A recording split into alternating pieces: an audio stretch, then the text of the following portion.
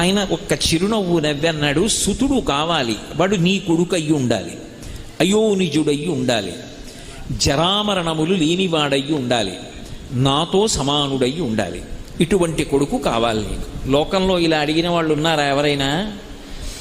భక్తికి ఎంత పరవశించిపోతాడు పరమశివుడు అన్నదానికి పరాకాష్ఠ నందీశ్వర వృత్తాంతం. తథాస్తు.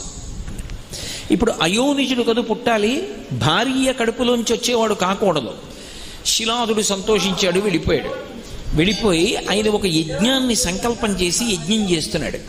ఆ యజ్ఞం చేస్తూ ఉండగా ఆ యజ్ఞకుండంలోంచి అకస్మాత్తుగా అగ్ని 1000 సార్లు దాని కాంతి పెరిగిపోతే ఎలా ఉంటుందో అంత కాంతితో ఒక బాలుడు పైకి లేచాడు. లేచి యజ్ఞకుండంలోంచి బయటికి వచ్చాడు.